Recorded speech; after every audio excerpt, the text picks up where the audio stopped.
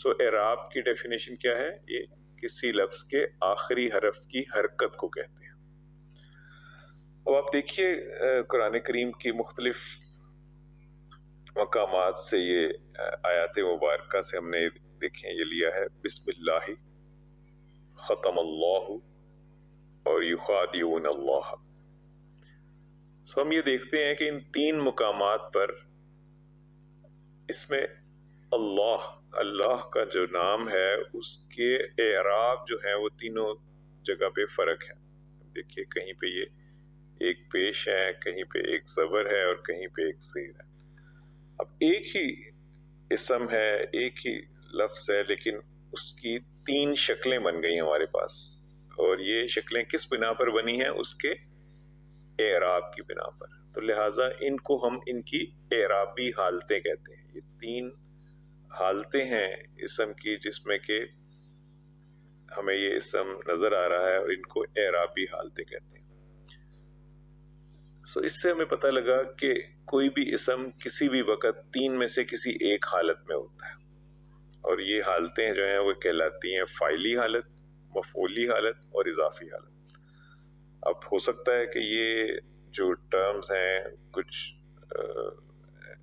لوگوں کے لیے نہیں ہوں، تو اس کو سمجھنے کے لیے ہم اردو سے ایک مثال لیتے ہیں کہ فاعلی، مفعولی اور اضافی سے کیا مراد ہے. اردو میں ہم ایک اسٹیٹمنٹ لکھتے ہیں یا پڑھتے ہیں اللہ نے انسان کو پیدا کیا. تو اس میں اس عبارت میں ہم کلیئرلی دیکھ سکتے ہیں کہ ایک کام ہوا ہے پیدا کرنے کا، اور وہ کیا ہے کس نے؟ اللہ نے. اور کس پر واقع ہوا ہے یہ کام؟ یہ انسان پر واقع ہوا ہے. سو لہٰذا ہم یہ کہہ سکتے ہیں کہ اس فعل کا فاعل جو ہے وہ اللہ ہے اور مفعول جو ہے وہ انسان ہے. اب اگر آپ کو کسی کو یہ بتانا ہو کہ کس قاعدے کے تحت آپ نے یہ فاعل اور مفعول پہچانے ہیں، تو پروبیبلی اس کا ایک ممکنہ جواب یہ ہو سکتا ہے کہ جس اسم کے ساتھ نے آ رہا تھا اس کو آپ نے فاعل سمجھا، اور جس اسم کے ساتھ کو آ رہا تھا اس کو آپ نے مفعول سمجھا. سو ایک نشانی آپ کو یہ اردو میں مل گئی، لیکن کوئی نہ کوئی لفظ لگانا پڑا ساتھ یہ ثابت کرنے کے لیے کہ یہ فاعل ہے یا مفعول ہے. جبکہ عربی کے اندر ایسا نہیں ہے. عربی میں یہ نے اور کو کے لیے کوئی علیحدہ لفظ نہیں ہے، بلکہ اعراب سے ہی یہ کام لیا جاتا ہے. اگر کسی اسم کا اعراب ایک پیش یا دو پیش ہے تو آپ اس کو فاعل کہیں گے. لہذا جیسے یہاں دیکھ رہے ہیں آپ خلق اللہ الانسان، اللہ کا اعراب ایک پیش ہے، لہذا ہم نے کہا کہ اعراب ایک پیش ہو یا دو پیش ہو تو حالت فاعلی ہوگی. جبکہ اس کے مقابلے میں اگر اعراب ایک زبر یا دو زبر ہو تو پھر اس کی حالت مفعولی ہوگی. لہذا آپ یہ دیکھیے کہ یہ عربی میں پہچان جو ہے اسم کی حالت کی وہ اس کے اعراب سے کی گئی ہے.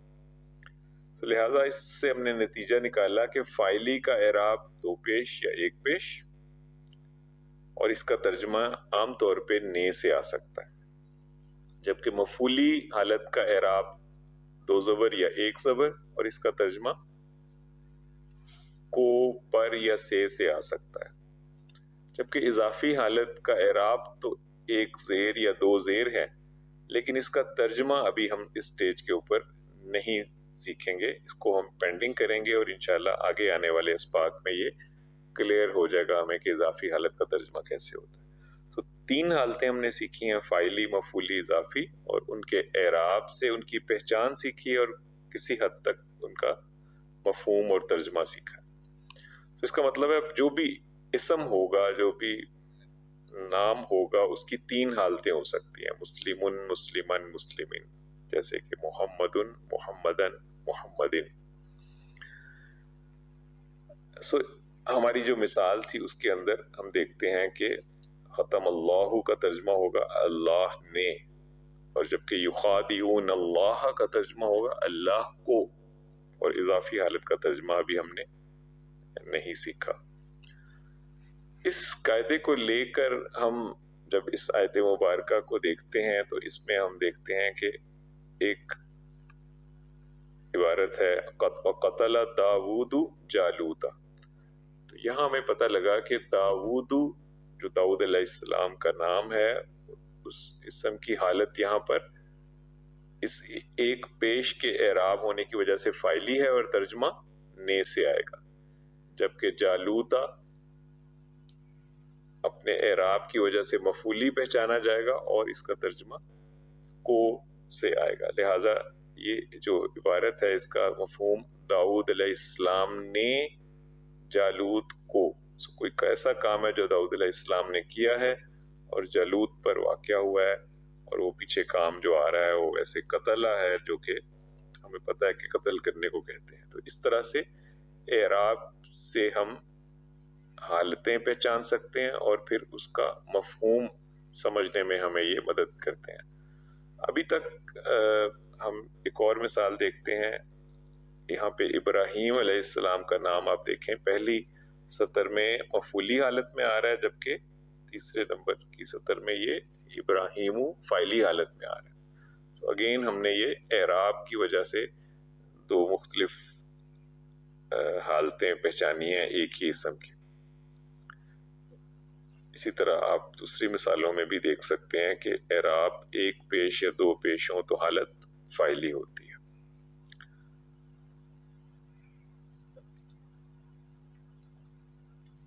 اس مثال میں دیکھیے فعصا فرعون الرسول، فرعون نے کوئی کام کیا ہے اور رسول کو کیا ہے، اور وہ کام کیا ہے یہاں پر وہ ہے، ہم انشاءاللہ آگے جب فعل پڑھیں گے تو ہمیں پتہ لگ جائے گا، لیکن یہاں پہ ہم اس بات پہ فوکس کر رہے ہیں کہ فرعون کی حالت فاعلی ہے اور رسول کی حالت مفعولی ہے.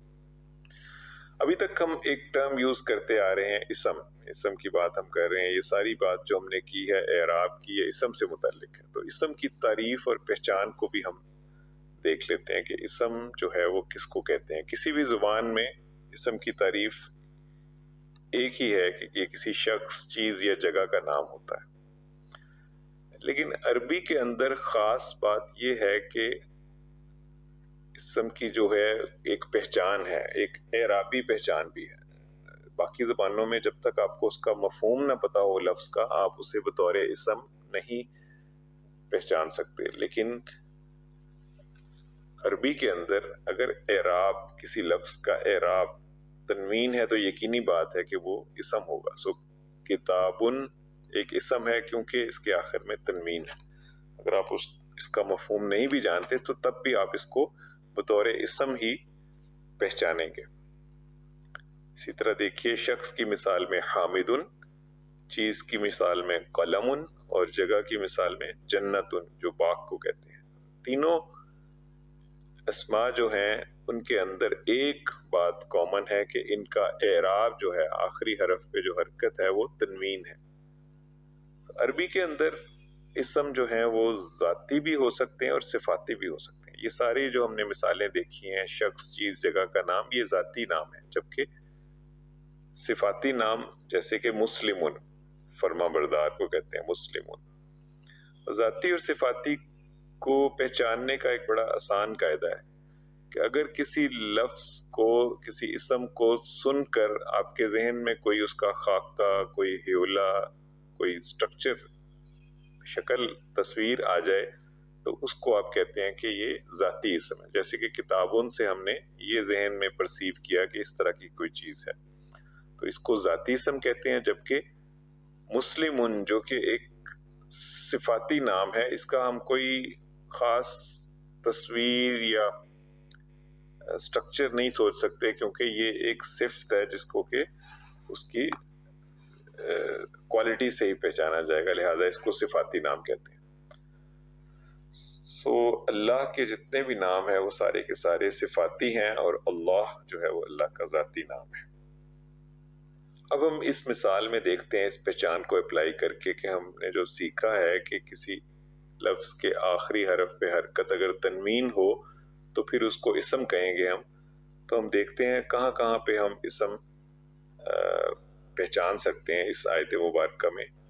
تو ہم دیکھنا شروع کرتے ہیں او کلذی مر علی قریۃ،